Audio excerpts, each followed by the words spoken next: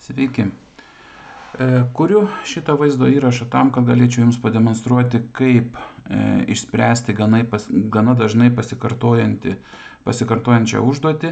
Tai yra paskaičiuoti, kiek darbuotojų dirba įvairiais laikotarpiais.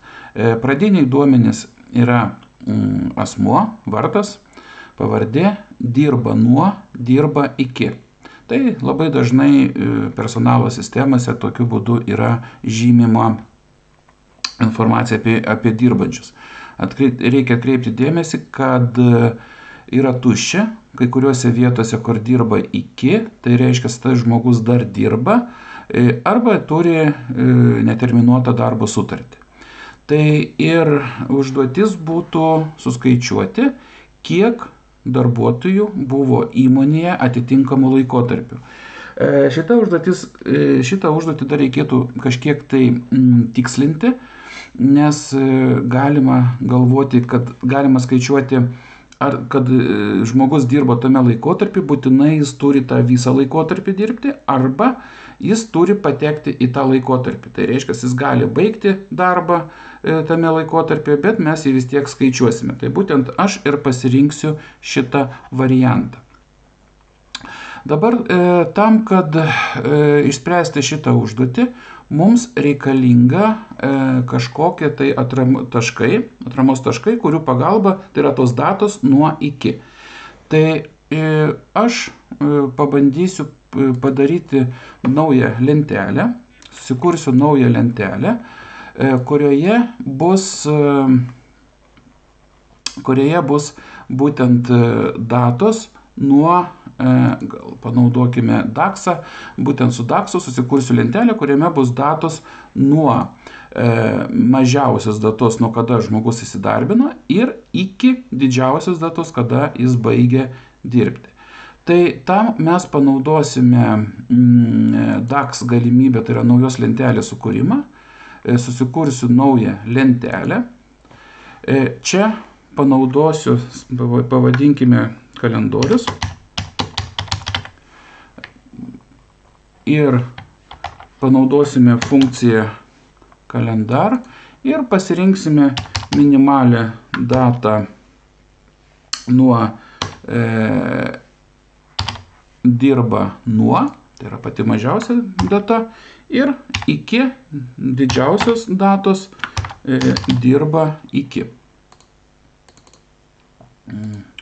Štai. Ir mes turime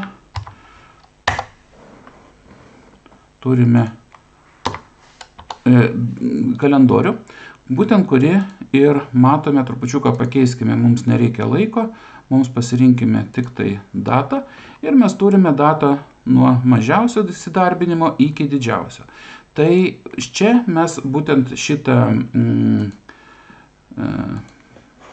taip, vis dėlto klaidos ištaisom, ir čia panaudosime filtrą. Įsidėsime datą, panaudosime filtrą ir pasirinksime, štai turime atskaitos taškus, kur matome, kada žmogus skaičiuosime, nuo kiek žmonių dirbo atitinkamų laikotarpių. Taigi, turime mes kalendorių, turime rėmus, kur skaičiuosime nuo iki. Ir dabar aš noriu pabandyti matematiškai išsiaiškinti, kaip vyks skaičiavimai, kaip mes skaičiuosime. Tam mes turėkime laiko intervalą, turime nuo, turime iki. Taip, tai reiškia, mes šitą galime pasivadinti x1, x2. Na, labai paprasta, reiškia, x1 tai yra, štai, jeigu pasižiūrėsim, tai bus va šita reikšmė, x2 tai bus šita reikšmė. Dabar žiūrime, kada gali darbuotojas įsidarbinti, kada gali išsidarbinti. Įsidarbinti darbuotojas gali prieš tyrimo laikotarpio metu ir po tyrimo laikotarpio. Taip, mes turime daug duomenų, tai va tokie duomenys gali būti. Juos mes pažymėkime y1.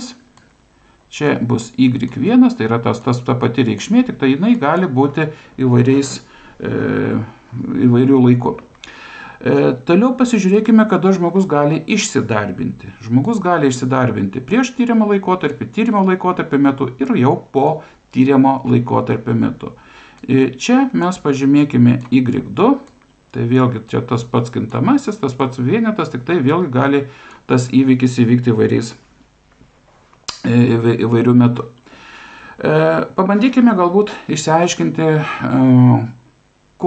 kas turi būti, kokią sąlygą turi tenkinti, kad žmogus pakliūtų į tą mūsų intervalą. Na, pirmiausia, jis įsidarbinti gali dar prieš laikotarpį tinka, laikotarpio metu tinka. Na, jeigu jisai įsidarbins po šito laikotarpio, jau po x2, tai mums nebetinka. Tai jūs pasižiūrėkite, kas yra, kokią mes formulę galim, kokią sąlygą galim parašyti. Jeigu imtume x1, tai čia matot, nieko mes naudos negausime. Y1 gali būti ir mažesnis, ir didesnis už x1. Mums tinka. Tačiau jau turbūt pastebit, kad abu šitie y turi būti mažesni už x2. Jeigu jisai tik tai didesnis už x2, jis mums bus nebereikalingas. Todėl tas y1 turi būti mažiau arba lygu už x2. Štai mes vieną sąlygą turime. Dabar žmogus jį kada išsidarbina. Jeigu jis išsidarbino iki mūsų tyrimo laikotarpio, mums jis irgi darosi neįdomus.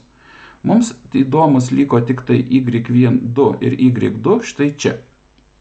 Tai reiškia, vėlgi, jeigu mes pažiūrėtume su x2, tai y ir vienas ir kitas yra didesni už x1. x2 vėlgi tokia jokios naudos mums neduoda, bet y2 šiuo atveju turi būti būtinai didesnė arba lygu už x1.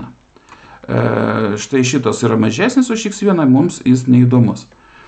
Na, dar nepamirškime, kad turi būti tuščias. y2 dar gali būti tuščias. Na, bet paskui mes tą įrašysime jau skaičiuodami. Štai, turiu formulę, sąlygas, o dabar šitas sąlygas pabandykime realizuoti jau DAX-o pagalba. Aš šitų formulių neišvalau, kad man būtų lengviau rašyti. Aš tik tai įsijungsiu, susikursiu naują matavimą, naują matą, tai yra new measure. Ir čia pavadinsiu aš jį darbuotojų, arba pavadinkime darbuotojai. Ir jų kiekį mes suskaičiuosim panaudoję turbūt vieną iš populiariausių DAX-o funkciją, tai yra calculate. Šita funkcija ką daro, jinai suskaičiuoja, galima įdėti expression kažkokią formulę ir galima įdėti filtrus. Reiškia, mes suskaičiuosime ir išfiltruosime nereikalingus duomenis. Tai skaičiavimui mes panaudosime dar vieną funkciją count rows, funkcija, kuris skaičiuoja, kiek yra eilučių. Mums to reikia, kai mes išfiltruosime nereikalingas eilutes, mes galime suskaičiuoti, kiek liko eilučių, tiek bus ir darbuotojų. Štai. Toliau. Bandykime įrašyti štai šitą formulę. Y1 tai pas mus yra dirba nuo. Taip, dirba nuo. Dirba nuo turi būti mažiau, padarykime, kad matytųsi, mažiau arba lygu už x2. x2 jau pabėgo, bet šitoje vietoje buvo mūsų didžiausia reikšmė. Tai yra max didžiausia reikšmė iš štai šitos lentelės kalendorius. Tai yra data. Štai. Vat ką aš dabar čia parašiau, tai parašiau būtent šitą formulę, kad dirba nuo yra mažiau arba lygu už tą datą, kurią aš pasirinksiu. Analogiškai rašau kitą formulę, tai yra y2, tai dirba iki, turi būti daugiau arba lygu už x1. x1 tai matot yra minimali ta reikšmė, kur aš per filtrą pasirinksiu.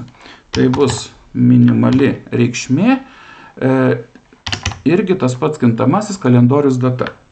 Taip, ką aš blogai dar padariau, aš neįrašiau, kad dar dirba iki gali būti tuščias. Kadangi mums arba tas atvejis, arba tas tinka, tai aš dar panaudosiu pažįstamą turbūt jums funkciją OR, tai arba vieną, arba kitą reikšmę.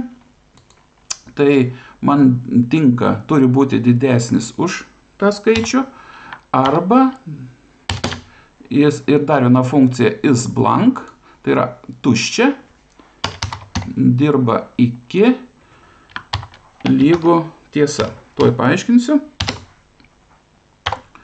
Tai štai, ta formulė mano ir parašyta. DAXO formulė parašyta.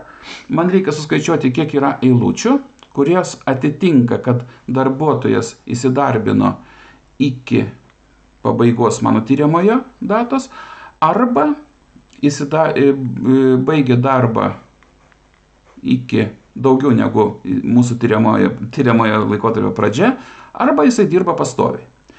Štai, čia skliaustelis uždarytas, liko dar vienas skliaustelis, turbūt štai čia. Štai DAXas jau ir baigtas. Na, tikėkime, dabar galima išvalyti formulę ir galima pabandyti, ar jis skaičiuoja. Taip, tada. Taigi, mes turime matavimą, dar kartą parodau, reiškiasi, jisai turėtų mums suskaičiuoti teisingai. Kaip patikrinti, ar jisai teisingai skaičiuoja, tai pirmiausia pasižiūrėkime, pas mus šiuo metu yra 29 darbuotojai. Per tą laikotarpį nuo mažiausio iki didžiausio laikotarpio dirbo 29 darbuotojai. Štai mano kalendorius taip ir nustatytas. Tai jeigu aš įdėsiu štai šitą matavimą, padarysiu kortelę, štai man ir rodo, kad 29 darbuotojai dirbo per visą laikotarpį. Jeigu aš pradėsiu keisti intervalus, man jau pradėjo skaičiuoti, kiek darbuotojų dirba atitinkamų laikotarpių. Jeigu aš norėčiau grafiškai pavaizduoti, tai vėlgi nėra sunku. Aš įdėčiau, sakykime, stulpelinę diagramą, įdėčiau datą į X ašį ir įdėčiau darbuotojų skaičių į reikšmes. Taip, į reikšmes. Darbuotojai į X, į va. Štai. Taip, aišku, su datomis reikėtų galbūt reikia padaryti, kad kas mėnesį, nes mano data yra kas diena, tai aš greitai sukursiu naują stulpelį ir iš datos paimsiu mėnuo, paimsiu iš datos mėnesį ir turėsiu dar vieną stulpelį, kurio pagalba aš jau galėsiu analizuoti duomenis pagal mėnesį, todėl vietoj datos įdėsiu mėnesį. Tai šitas bus paprastesnis. Dar vienas nedidelis nustatymas, tai yra, kadangi mėnesiai tai nėra man skaičiai, ir nustatau, kad tai yra kategorinė X ašis. Štai, atlikęs nedidelius tokius pokyčius ir aš jau galiu matyti darbuotojų skaičių pagal mėnesius. Na, dar surūšiuokime mėnesius pagal mėnesius ir didėjimo tvarka. Paskutinis štrichas. Ir štai turiu mano visi darbuotojai nuo sausio iki gegužės. Ir aš jau galiu analizuoti. Pasidaręs kitus kažkokius kasdieną, tai kasdieną galiu analizuoti ir taip toliau, taip toliau. Tai šitos užduoties sprendimą jūs rasite šio įrašo apačioj nuorodą. Tai jeigu kils klausimų, visada galit kreiptis į mane, galite rašyti grupėje, na ir siūlykit savo kažkokius tai užduotis, kurios reiktų padaryti.